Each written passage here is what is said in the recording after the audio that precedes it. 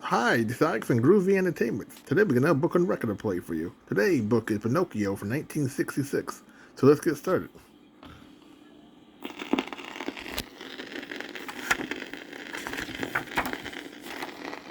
This is a Walt Disney original little long-playing record, and I am your Disneyland story reader. I am going to begin now to read the story of Pinocchio. You can read along with me in your book.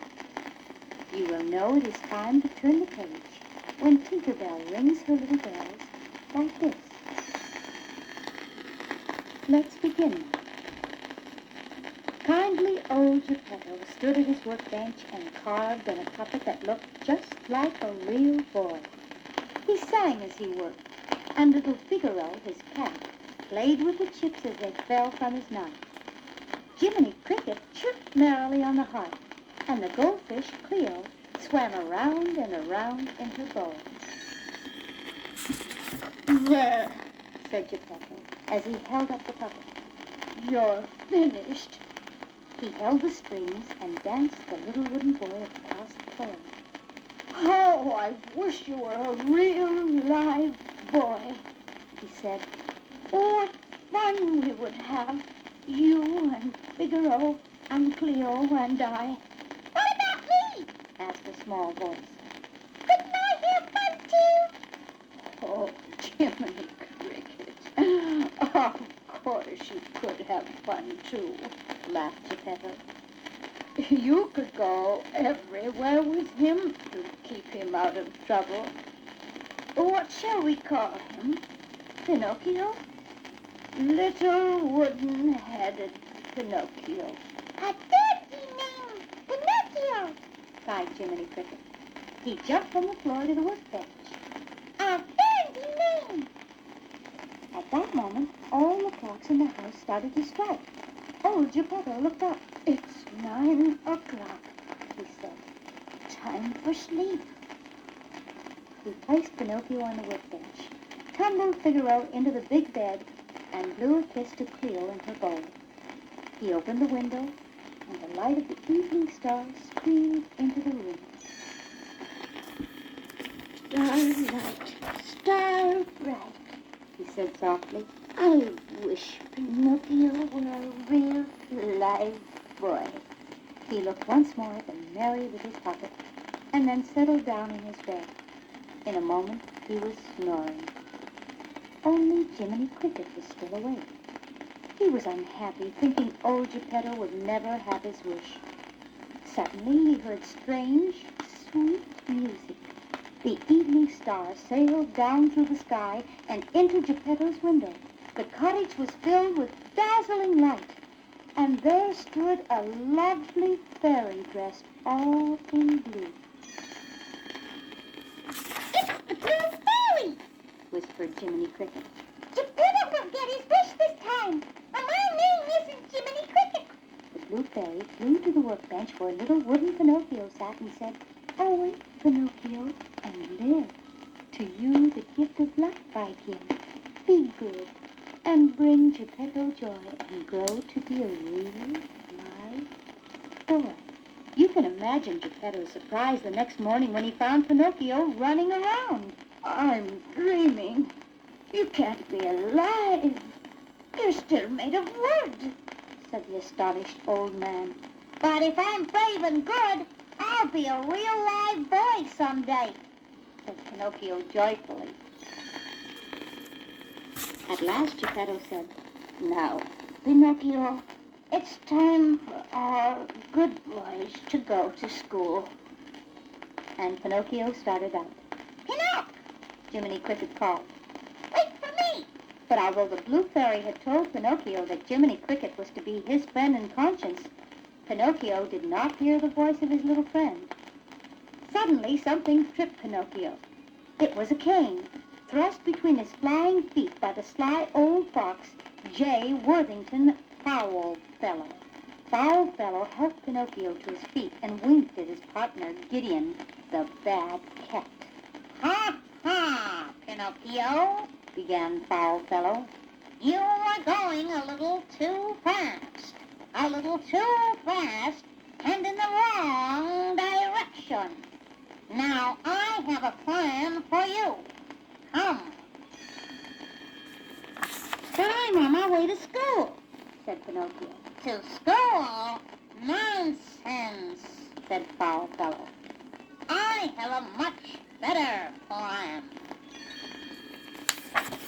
The three of them set off, arm in arm, and Jiminy Cricket came panting along behind. Soon they came to a great coach. The two scoundrels took from the wicked-looking coachman a large bag. They had sold Pinocchio for gold. Then they went away laughing. Jiminy was frightened, but he hopped bravely aboard just as the coach drove off. The coach was pulled by 6 sad little donkeys. It was filled with boys of all sizes and ages, a noisy, rowdy lot. Pinocchio made friends with the leader, a loud boy named Lampwick. But Jiminy sadly hid in the corner. He knew this was not good.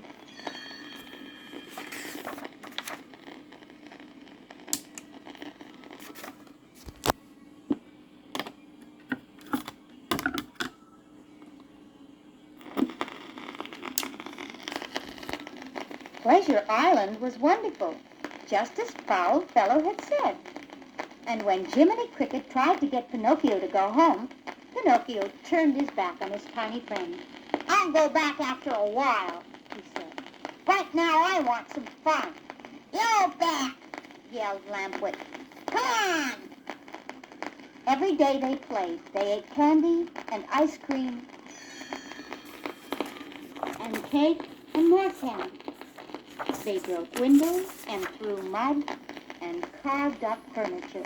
Good, Said the mayor. go to it, boys. Fine, Cried the coachman. they're almost ready. Pinocchio, begged Jiminy Cricket. Please come with me. How's the goody-goody? Sneered Lampwick. Yeah, Pinocchio said. go away, Cricket. I'm tired of you. He looked at Lampwick for approval. Right before his eyes, Lampwick's ears became long and fuzzy. Then he grew a tail, and then, in a twinkling of an eye, Lampwick turned into a little donkey. The coachman came running and put a rope around Lampwick's neck. He cried. Another donkey to sell to the man who runs the salt mines. He reached for Pinocchio, because Pinocchio was growing donkey's ears and a donkey's tail, too. But Jiminy Cricket shouted, "Run, Pinocchio, come on!" And this time Pinocchio ran with Jiminy Cricket. They ran to the edge of the island and dived into the water and swam away from that terrible place. Hours later, wet and tired, they came to Gepetto's cottage, but no one was there. Old Gepetto had taken Figaro and Cleo and gone to search for Pinocchio. Poor Pinocchio. It's all my fault. He told Jiminy Cricket. Will I ever find my father again? I don't know, said Jiminy. It might be dangerous. I don't mind, declared Pinocchio. It's my job to find him, even if it is dangerous. So away went Pinocchio with Jiminy beside him, and what adventures they did have. Uphill, down dale, into danger and out again. They even chased a whale to the bottom of the sea, and the blue fairy watched them all the way. She was watching when they found Gepetto at last and led him safely home. It was only then that Gepetto noticed Pinocchio's donkey ears. I'm sorry, Father, Pinocchio said humbly. but I do know better now. Suddenly, the evening star brightened the room, and the blue fairy appeared. You have learned your lesson well, Pinocchio, she said, and as her magic wand touched him, Pinocchio felt himself turn into a real boy. Father, He cried. I'm a real boy at last. Gepetto hugged him and laughed and cried for joy. And as for Jiminy Cricket, the fairy gave him a badge of gold, and on the badge it said, "Awarded to a good conscience, awarded to a good conscience, awarded to a good conscience, awarded to a good..."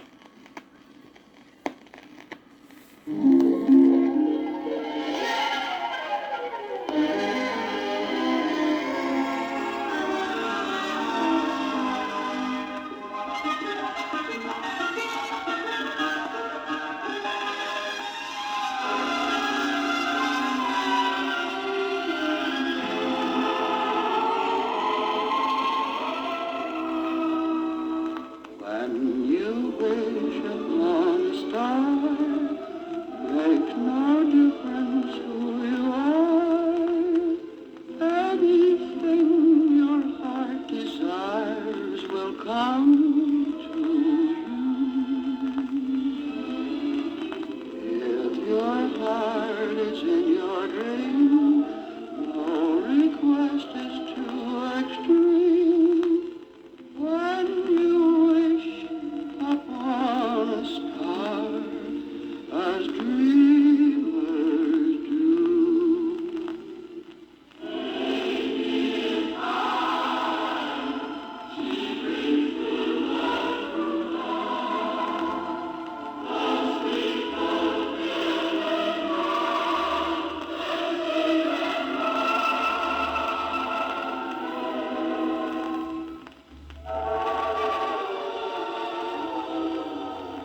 Like a boat out of the blue, fate steps in and sees you through. When you wish upon a star, your dreams come true.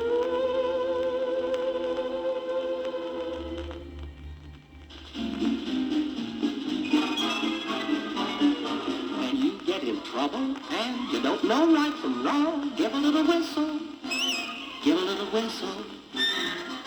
When you meet temptation and the urge is very strong, give a little whistle, give a little whistle. Not just a little squeak, pucker up and blow.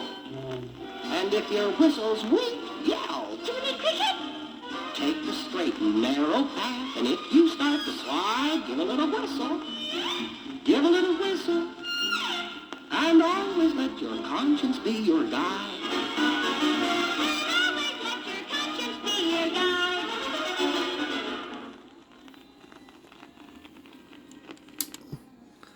So that was Pinocchio from 1966. So if you like, subscribe, share, and comment, and have a groovy day with another video coming out real soon.